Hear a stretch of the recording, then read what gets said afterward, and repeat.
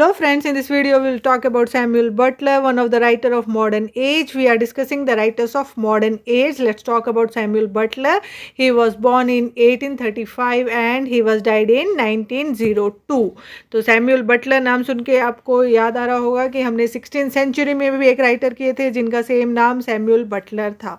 Okay, तो confuse नहीं होना है, वो एक पोएट थे सैम्यूल बटलर के नाम से. So for we have met to Samuel Butler. तो अब हमने दो सैम्यूल बटलर देख लिए हैं. कौन से is who has written Hudibras. Hudibras one of the famous writing है सैम्यूल बटलर की, सटायरिकल पोयम है जो इन्होंने फेरी क्वीन में से हुडीब्रास नाम का टाइटल लिया था. पोएट जो थे ये एक पोएम लिखते थे 1663 टू 1678 इन्होंने लिखा था. तो ये आपको याद रखना है, सैम्यूल बटलर में कंफ्यूज नहीं होना है. हुडीब्रास आए तो आपको वो सैम्यूल बटलर 16th सेंचुरी के याद रखने हैं, और अब ये जो 19th सेंचुरी के राइटर है आपको इनके बारे में पूछा जाए तो इनके बारे में बात करें. This is the one whom we talk about in this lecture, Samuel Butler. तो इसमें हम बात करेंगे Samuel Butler. Attention was fixed on religion and revolution theory. तो इनकी ज़्यादातर जो राइटिंग्स है उसमें क्या है, इनका अटेंशन दो चीज़ों पे फिक्स है, रिलीजन पे और रेवोल्यूशनरी थ्योरी पे इनका इंटरेस्ट ज़्यादा फिक्स है. तो इनके बारे में हम स्टार्ट करते हैं. इनका वर्क, फेमस वर्क है इरी होन. ओके, इरी होन. तो आपको ये स्पेलिंग अटपटी सी लग रही होगी, इरी होन. तो इट वाज पब्लिश्ड इन 1872 में पब्लिश हुआ था. सबटाइटल है ओवर द रेंज. सबटाइटल आपको हर किसी के याद रखने हैं, स्किप नहीं करना है, और जो इन वीडियोस में आपको दिया जा रहा है वो तो आपको सारा ही पढ़ना है, कुछ भी चीज़ स्किप करने की नहीं है, क्योंकि इसमें छांट के बहुत ही सारा कुछ देखने के बाद में ये वीडियोस बनाई जाती है कि हाँ कौन सा आपको कितना point of view, exam point of view से क्या क्या आ रहा है, और कम से कम हम आपको सारा कुछ इतनी शॉर्ट वीडियोस में प्रोवाइड कर दें. तो सबटाइटल है over the range. Over the range आपको याद रखना है. And Erewhon is the name of the country discovered by protagonist. तो इरीहॉन क्या है, एक नाम है कंट्री का जिसको डिस्कवर किया है हीरो ने. प्रोटोगोनिस्ट मतलब हीरो ने डिस्कवर किया है, इसकी खोज करी है. And Erewhon is made from rearranging the letters nowhere. तो इरीहोन का रीअरेंज करके लेटर्स ये बना है इरीहोन नाम. तो नोवेयर देखो, NOWHERE. तो इरीहोन किसको अरेंज करा, रीअरेंज किया इन्होंने लेटर्स को. इरीहोन नोवेयर मतलब ऐसी जगह जो कहीं पे भी नहीं है, नोवेयर. ठीक है. तो it is a satire on the Victorian society. तो ये एक सटायर कर रहे हैं, एक व्यंग कस रहे हैं किसके ऊपर, विक्टोरियन सोसाइटी के ऊपर. And it is based on butlers own experience in New Zealand. तो ये इसमें अपना जो इनका एक्सपीरियंस था न्यूजीलैंड में वो इसमें उसके आधार पर इन्होंने ये लिखा है. And we find that the theme is very similar to Utopia by Thomas More. तो थॉमस मोर की फेमस राइटिंग थी यूटोपिया. तो हमें देखने को मिलता है कि जो थीम है बहुत सिमिलर है. इन्हें भी ऐसी जगह चाहिए जो कहीं पे है ही नहीं, नोवेयर, जिसका जगह हुई ना यूटोपियन सोसाइटी जिसमें सब कुछ अच्छा हो, उस टाइप की society. And that is the reason even this is a utopian writing. और इसी वजह से हम इस राइटिंग को भी क्या कहेंगे, यूटोपियन राइटिंग कहेंगे, Ramrajya. Okay. And it satirises various aspect of the Victorian society. तो ये व्यंग कसते हैं किसके ऊपर, काफ़ी सारे एस्पेक्ट जो होते हैं विक्टोरियन सोसाइटीज़ के, देखे इंक्लूडिंग क्रिमिनल पनिशमेंट जो था, उनका रूल था क्रिमिनल पनिशमेंट का, रिलीजन के बारे में, एंड एंथ्रोपोसेंट्रिसिज्म के बारे में, अटैक ऑन ब्रिटिश एटीट्यूड के बारे में टूवर्ड्स रिलीजन कि उस टाइम पे कैथोलिज्म था. तो ये चीज़ें जो रिलीजन के बारे में थी, क्रिश्चियनिटी कैसे स्प्रेड हो रही थी, तो उसके ऊपर ब्रिटिश एटीट्यूड क्या था रिलीजन की तरफ, तो उसके ऊपर ये व्यंग कसते हैं. एंड साइंस के द लॉ एक्सेट्रा, इन सभी के ऊपर इसमें ये एक सटायर व्यंग कस रहे हैं. कौन, सैम्यूल बटलर. तो आपको नाम याद रखना है, Erewhon is written by Samuel Butler. तो क्वेश्चन देख लेते हैं लास्ट ईयर के पेपर में कौन सा क्वेश्चन आ रखा है. Question is Samuel Butler Erewhon is an example of. तो क्या होगा, Samuel Butler Erewhon is an example of utopian literature. इसमें क्या दिखाया इन्होंने, यूटोपियन लिटरेचर क्रिएट किया है। तो Samuel Butler Erewhon is an example of utopian literature, आपको याद रखना है। तो नेक्स्ट राइटिंग की तरफ चलते हैं, the way of all flash. ये दो राइटिंग्स इनकी इम्पॉर्टेंट है, तो हम ये दो ही करेंगे।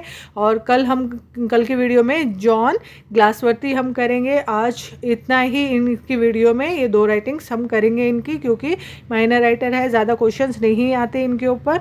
तो जितना इम्पोर्टेंट है वो सारा ही इसमें आपको प्रोवाइड किया जा रहा है। तो इससे ऊपर कुछ भी नहीं पढ़ने की ज़रूरत आपको। वीडियोज़ देखिए, लास्ट में स्लाइड्स पढ़िए, 2 बार इधर ही आपका रिविज़न हो जाएगा बिना डाउट के।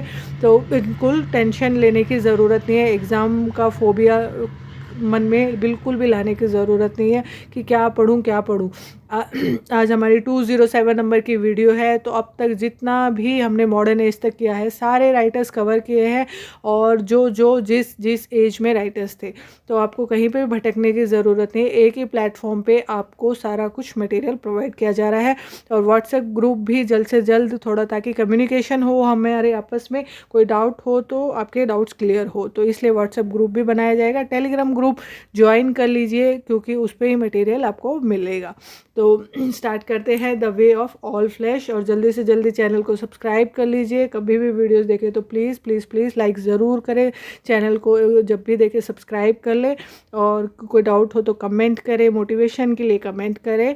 और अपने दोस्तों में, अपने फ्रेंड सर्कल में वीडियो ज़रूर शेयर किया करें, ताकि तभी तो हम जुड़ेंगे, तो हम बढ़ेंगे। ठीक है, तो स्टार्ट करते हैं, the way of all flash. And it was published in 1903 में पब्लिश हुआ था। And this is also entitled as Ernest Pontifex। तो इसे Ernest Pontifex भी बोला जाता है, who is the main protagonist and he is a carpenter। जो मेन हीरो है वो क्या है, कारपेंटर है। और इसका टाइटल अर्नेस्ट पॉन्टिफेक्स भी बोला जाता है। The way of all flash published हुआ था 1903 में, लिखा था सैमुअल बटलर ने। तो 1903 में पब्लिश हुआ, मतलब पोस्टमसली ये पब्लिश हुआ है, मतलब मरणोपरांत राइटिंग है ये, क्योंकि 1902 में तो सैमुअल बटलर की डेथ हो गई थी। तो 1903 में पब्लिश हुआ है, तो इसका मतलब मरणोपरांत, मतलब उनके मरने के बाद में इसको पब्लिश किया गया है। And it is also said to be the semi autobiographical work. तो इसे सेमी ऑटोबायोग्राफिकल वर्क भी कहा जाता है, मतलब काफ़ी इनके जीवन के जो पहलू है वो भी इसमें हमें नज़र आते हैं। And it traces 4 generation of Pontifex family. तो इसमें ये 4 जनरेशन दिखा रहे हैं, किसकी, पॉन्टिफेक्स की फैमिली की। जो प्रोटोगोनिस्ट है ना अर्नेस्ट पॉन्टिफेक्स, तो उनकी फैमिली के 4 जनरेशन इसमें ये ट्रेस कर रहे हैं। And it basically show how family life is like a prison. तो ये दिखाना चाह रहे हैं कि कैसे एक फैमिली लाइफ एक जेल की तरह है। And parents are like tyrannical keepers. तो पेरेंट जो है वो बिल्कुल मतलब वो रखने वाले कीपर्स हैं। And they rule our life and they discover us. तो वो हमारी लाइफ के ऊपर रूल करते हैं, हमें डिस्कवर करते हैं। तो ये इसमें इनका मोटिव है कि भाई उस लाइफ को, जो फैमिली लाइफ है वो इनको एक जेल की तरह नज़र आ रही है। और ये उस फैमिली की 4 जनरेशन्स दिखा रहे हैं कि कैसे पेरेंट्स है वो बच्चों को रखते हैं, वो हमारी लाइफ को रूल करते हैं। ऐसा कुछ भी नहीं होता, किसी को शौक़ नहीं होता कि किसी की लाइफ को रूल करना है। सबके अपने अपने व्यूज़ होते हैं। और आजकल पेरेंट्स बहुत ही समझते हैं बच्चों की फीलिंग्स। तो जो भी आपको कोई भी डाउट हो, अपने पेरेंट्स के साथ हर रोज़ ज़रूर बैठे और अपनी बात शेयर किया करें। ठीक है, ज़रूरी होता है। आप पेरेंट्स के साथ बैठेंगे तो आपको एक जीवन का तजुर्बा मिलेगा, आपको ये पता चलेगा कौन अपना है कौन पराया है, वरना ये चीज़ें नहीं मिलती। अगर आप उनसे करते जाओगे तो आप सोसाइटी से करते जाओगे। तो सोसाइटी को अगर आपको फेस करना है तो पहले अपने पेरेंट्स को टाइम देना सीखें, उनके पास बैठे एटलीस्ट हाफ एन आवर उनकी बातें सुने, तो बहुत इंपॉर्टेंट है। तो इट इज़ पब्लिश्ड पोस्टमसली। तो ये पब्लिश हुआ था उनके मरणोपरांत in 1903 and for is quarrel with Charles Darwin. Okay, तो आपको ये याद रखना है, for is quarrel with Charles Darwin. तो एग्जाम में जो क्वेश्चन आ रखे हैं लास्ट ईयर के पेपर में, क्वेश्चन देख लेते हैं। Question is Ernest Pontifex is a character in. तो किस में है ये कैरेक्टर, Ernest Pontifex is a character in dash. तो answer is the way of the flash written by Samuel Butler. The next question is which text exemplifies the anti-Victorian feeling prevalent in the early 20th century? Which text exemplifies the anti-Victorian feeling prevalent in the early 20th century? The answer is The Way of All Flesh. The way of all flash.